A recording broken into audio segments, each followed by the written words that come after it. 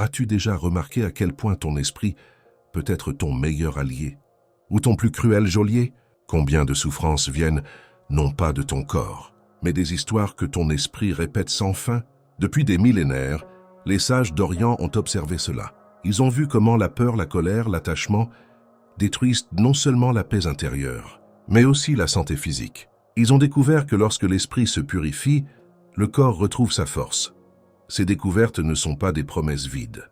Elles sont nées d'expériences profondes, d'hommes et de femmes qui ont consacré leur vie à comprendre la racine de la souffrance humaine. Aujourd'hui, dans ce monde bruyant, pressé, obsédé par l'instantané, cette sagesse semble lointaine, presque oubliée, et pourtant elle n'a jamais été aussi urgente. Dans cette vidéo, je vais partager avec toi 8 techniques anciennes pour guérir ton esprit et ton corps. Des pratiques simples mais puissantes, héritées de siècles de méditation, de compassion et de compréhension subtile des lois de la vie. Ces techniques ne sont pas des recettes miracles. Elles sont des clés. Elles ouvrent des portes en toi. Si tu oses les franchir, alors respire, reste avec moi jusqu'au bout. Car ce que tu vas découvrir pourrait changer ton regard sur la maladie, la douleur et sur ce que signifie vraiment être vivant. Et si cette quête résonne en toi, abonne-toi et partage en commentaire cette phrase. Je choisis la guérison par l'esprit. Il y a plus de 2500 ans, le Bouddha enseignait « Tout ce que nous sommes est le résultat de ce que nous avons pensé. L'esprit est tout. Ce que tu penses, tu le deviens. » Dhammapada. Pour lui, l'esprit n'est pas seulement un flux de pensées. Il est la source de notre expérience entière. Joie, souffrance, santé, maladie.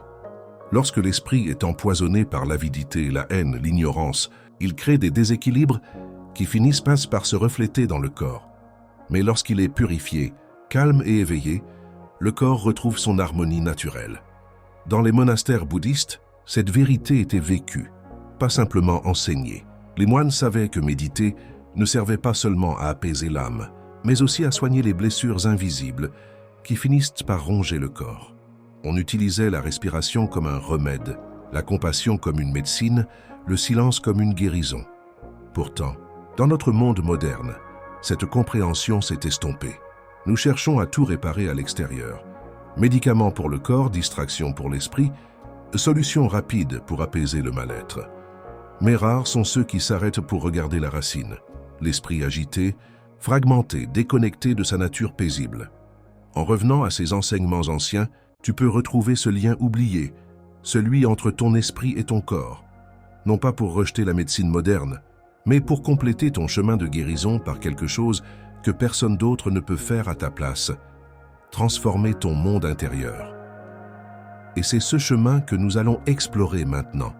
Tu es prêt à franchir la première porte? La guérison commence toujours par un retour à l'intérieur. Non pas vers tes pensées confuses, mais vers cet espace silencieux, vaste, immobile, qui demeure sous tout ce tumulte. Les anciens disaient « Celui qui connaît son esprit connaît la nature de toute chose ». Dans ce voyage, je vais te transmettre 8 techniques anciennes, 8 clés pour apaiser ton esprit et, à travers lui, soigner ton corps. Première technique, le souffle conscient depuis des siècles. Les maîtres bouddhistes enseignent que le souffle est le fil qui relie l'esprit au corps.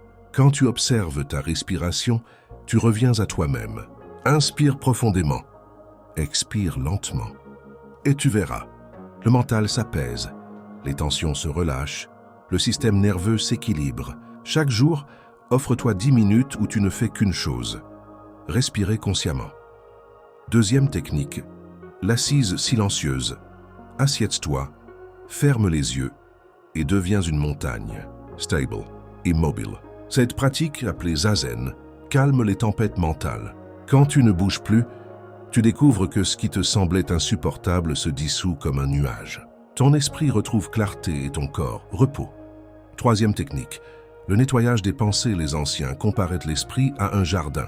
Si tu ne retires pas les mauvaises herbes, peur, colère, ressentiment, elles étouffent les fleurs de la paix. Chaque soir, prends un moment pour observer ta journée.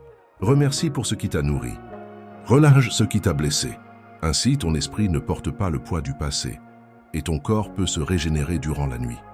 Quatrième technique, la compassion comme médecine. La haine et la rancune empoisonnent le sang et le cœur. La compassion les purifie.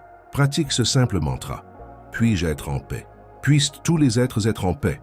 Ressens-le sincèrement.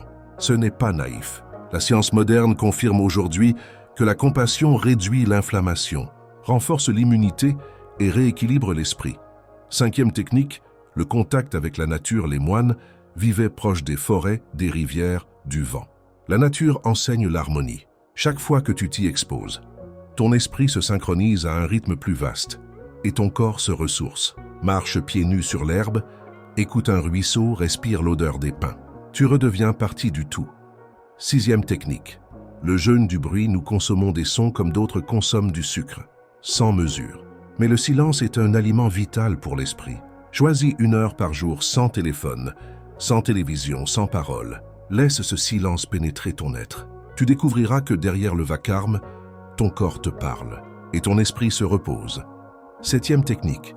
Les plantes de sagesse. Depuis toujours, les traditions bouddhistes utilisaient des plantes simples. Camomille pour apaiser, gingembre pour purifier, basilic sacré pour soutenir l'énergie vitale. Honore ces remèdes naturels. Prépare une infusion comme un rituel, en conscience, en gratitude. Ce geste nourrit ton corps et ton esprit. 8e technique. La conscience de l'impermanence. C'est la clé la plus profonde. Tout change, tout passe. Vouloir retenir ce qui s'en va crée souffrance et maladie. Prends un moment chaque jour pour contempler ce fait. Tu es impermanent. Ton corps est impermanent. Chaque émotion est impermanente. Loin d'être triste, cette vérité libère. Elle allège le cœur et dissout bien des tensions. Ces 8 techniques sont simples. Mais simple ne veut pas dire facile. Elles demandent constance et douceur. Elles ne réparent pas seulement des symptômes. Elles transforment la racine. Et plus tu avances, plus tu sens que l'esprit et le corps ne sont pas deux. Ils sont une seule danse. Dans la prochaine étape, nous irons plus loin. Nous regarderons au-delà des techniques, vers les fondements invisibles de la guérison, le karma subtil, l'illusion du moi et la liberté que tu peux y trouver. Tu as découvert comment apaiser ton esprit par des gestes simples, par le souffle, par le silence, par la compassion. Mais il existe des racines plus profondes, invisibles, qui continuent de nourrir la souffrance tant qu'on ne les voit pas. Ces racines ne se coupent pas avec une pratique superficielle. Elles demandent un regard plus audacieux, plus nu, plus sincère. Dans la tradition bouddhiste, on les appelle les causes subtiles, karma, ignorance, attachement. Tant que ces forces agissent, l'esprit reste agité, et le corps tôt ou tard reflète cette agitation. Le karma n'est pas une punition imposée par un dieu lointain. C'est la loi naturelle de cause et d'effet. Chaque pensée, chaque parole, chaque acte laisse une empreinte. Ces empreintes, comme des graines, germent un jour, parfois bien plus tard, sous forme d'événements, d'émotions ou même de maladies. Comprendre cela, c'est comprendre que rien n'arrive par hasard. Tes souffrances présentes ne sont pas une condamnation, mais l'écho d'anciennes semences. Et plus important encore, ce que tu choisis aujourd'hui crée ton avenir. Regarde avec honnêteté. Que sèmes-tu chaque jour dans ton esprit? Des inquiétudes, des jugements, de la rancune ou des pensées bienveillantes, de la gratitude, de la lucidité? Chaque graine compte, et ce que tu choisis d'entretenir se manifestera. Cette vérité peut d'abord déranger, car elle te rend responsable, mais elle libère aussi. Si tout est semence, tout peut être transformé. Derrière le karma, il y a une illusion plus profonde, celle du moi séparé. Depuis ton enfance, tu as appris à dire moi, mon corps, mon esprit, mes émotions, ma vie. Mais où est-il ce moi? Si tu le cherches honnêtement, tu ne trouves qu'un flux d'expériences, sensations, pensées, souvenirs qui apparaissent et disparaissent. Le bouddhisme enseigne que croire en un moi fixe et solide est la racine de toutes les souffrances. Pourquoi? Parce que ce moi imaginaire veut posséder ce qui passe, fuir ce qui change, contrôler ce qui est incontrôlable. Et chaque fois qu'il échoue, il crée peur, colère, tristesse. Imagine une rivière. Si tu essayes de saisir l'eau avec tes mains, elle t'échappe. Mais si tu la laisses couler, tu peux t'y baigner, t'y rafraîchir, y trouver la vie. Ton esprit est cette rivière, le corps aussi. Tout ce qui compose ton existence est en mouvement. Refuser ce mouvement, c'est souffrir. L'accepter, c'est trouver la paix. Cette compréhension de l'impermanence et de la vacuité n'est pas seulement une idée philosophique. Elle agit directement sur le corps. Car chaque fois que tu lâches prise, que tu cesses de lutter contre ce qui est, ton système nerveux se détend, ton cœur s'ouvre, tes cellules respirent mieux, La science moderne commence à peine à confirmer ce que les sages savaient depuis longtemps. L'esprit apaisé guérit le corps.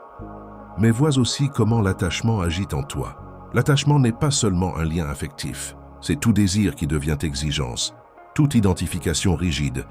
Je dois réussir, je dois rester jeune, je dois être aimé, je dois contrôler. Je dois, serre ton esprit comme des chaînes invisibles. Il crée stress, tension, frustration qui, avec le temps, s'impriment dans ta chair. Observe dans ta vie ce qui te lie ainsi et ose te poser cette question. Que se passerait-il si je laissais cela aller? Au début, ton ego va résister. Il dira « Mais si je lâche, je perds tout ». En réalité, tu ne perds que l'illusion du contrôle.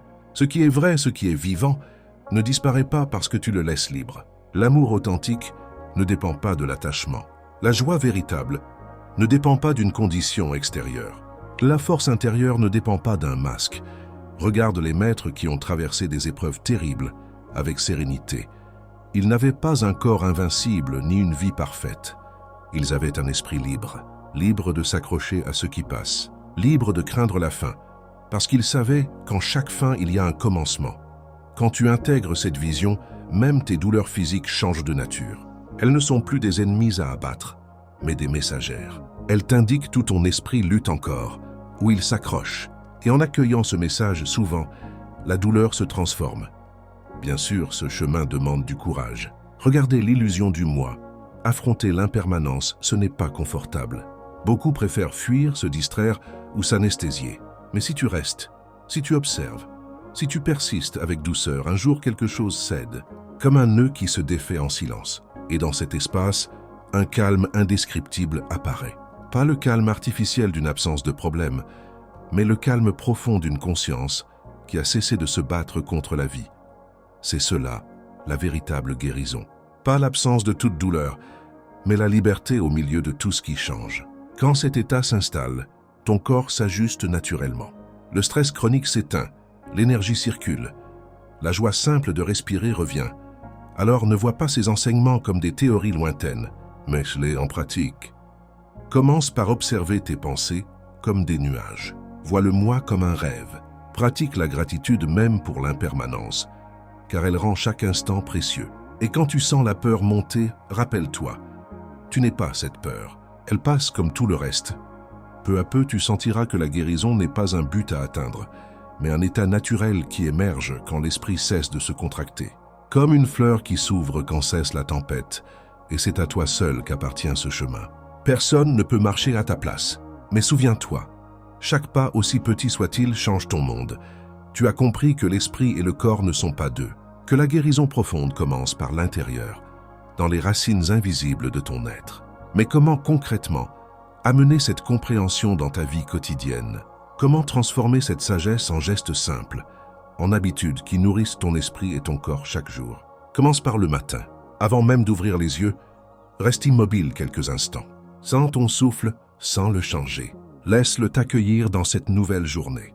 Puis place ta main sur ton cœur et dis doucement « Aujourd'hui, je choisis la paix ». Ce simple geste programme ton esprit à orienter sa lumière vers la sérénité.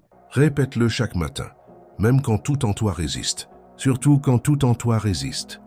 Prends ensuite quelques minutes pour t'asseoir en silence. Pas besoin d'un coussin spécial ou d'un lieu parfait. Assieds-toi où tu es, le dos droit mais détendu, et observe ton souffle. Quand ton esprit part ailleurs, ramène-le doucement à la respiration. Ce n'est pas un exercice de performance. C'est un rendez-vous avec toi-même. 5 minutes suffisent au début. Elles deviendront 10 puis 20 naturellement. Dans ta journée, apprends à t'arrêter. Choisis un moment, peut-être avant chaque repas, pour pratiquer 3 respirations profondes et conscientes. Inspire, retiens un instant, puis expire lentement. Cette pause interrompt l'élan de l'agitation et rappelle à ton corps qu'il peut se détendre. Si tu le peux, accompagne ce moment d'un mot silencieux. Merci. La gratitude ouvre l'esprit et relâche des tensions invisibles. Intègre aussi un rituel de purification intérieure le soir. Avant de dormir, revis ta journée. Non pour te juger, mais pour te libérer. Souviens-toi d'un instant heureux. Remercie-le. Identifie une souffrance, un regret, et dis-lui intérieurement « Je te laisse partir ». Visualise-le comme une feuille portée par un courant d'eau. Ce geste simple empêche ton esprit de s'endormir chargé de poids inutiles, et ton corps profite d'un sommeil plus réparateur. Offre-toi régulièrement le contact avec la nature. Même si tu vis en ville, trouve un arbre, un coin de ciel, une plante sur ton balcon. Approche-toi, touche-la, respire sa présence. Dans la tradition bouddhiste, on parle du sangha de la nature. Les arbres, les nuages, les rivières sont des maîtres silencieux.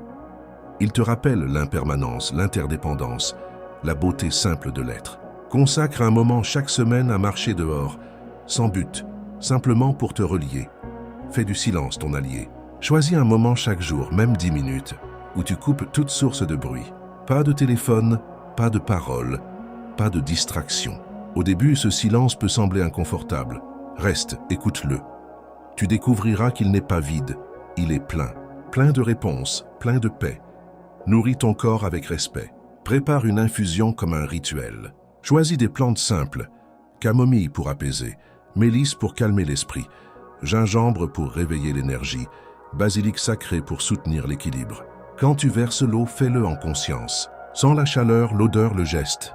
Bois lentement, comme si tu buvais un rayon de soleil condensé. Ces petites cérémonies rendent chaque soin plus puissant, car elles relient l'esprit au corps. Pratique la compassion activement, pas seulement comme un sentiment, mais comme une énergie que tu offres.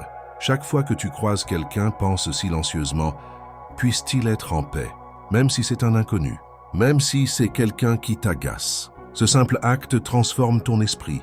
Il dissout les tensions invisibles qui s'accumulent dans ton cœur et par effet miroir dans ton corps.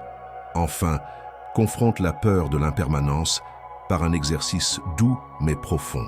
Chaque soir, choisis un objet autour de toi, une fleur, une bougie, une photo, et contemple-le en te rappelant « Cela changera, cela passera ». Puis regarde ton propre reflet et dis « Moi aussi je change, moi aussi je passerai ». Au début, cela peut sembler troublant. Mais persiste, tu verras qu'au lieu de t'attrister, cette conscience rend chaque instant plus précieux, chaque respiration plus vivante. Ne te décourage pas si tu oublies, si tu sautes des jours, si ton esprit résiste. C'est normal, le chemin n'est pas linéaire. L'important n'est pas la perfection, mais la constance douce. Chaque fois que tu reviens, tu renforces une nouvelle habitude, celle de la présence, de la liberté intérieure. Souviens-toi, ces pratiques ne sont pas des obligations, elles sont des invitations. Elles ne viennent pas de moi, ni d'un maître lointain.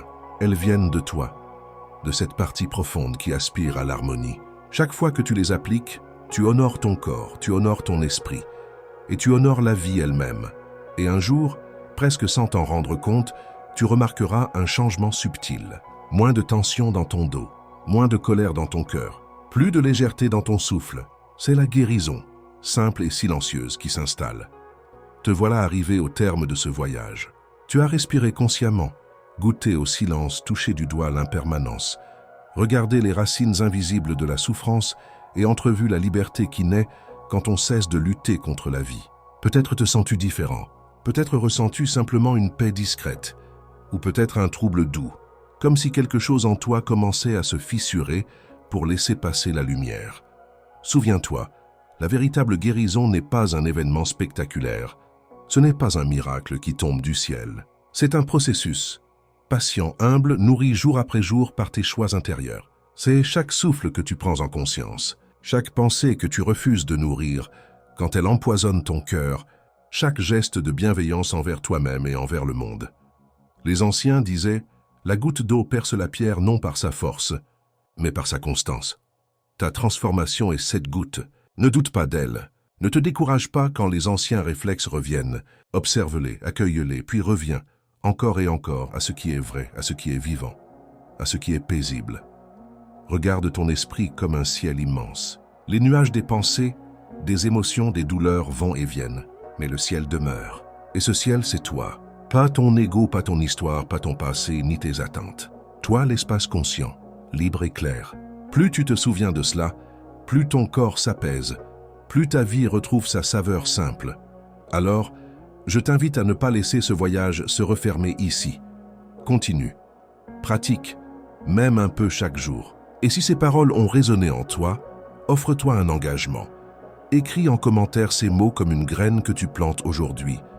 Je choisis la guérison par l'esprit. Abonne-toi si tu souhaites poursuivre ce chemin à mes côtés. Ensemble, nous continuerons à explorer ces vérités oubliées, à réveiller la sagesse qui dort en chacun de nous, et à bâtir une vie plus consciente, plus libre, plus lumineuse. Avant de nous quitter, laisse-moi te poser une dernière question, à garder dans ton cœur comme une méditation. Et si tu étais déjà, à cet instant, tout ce que tu as toujours cherché à devenir?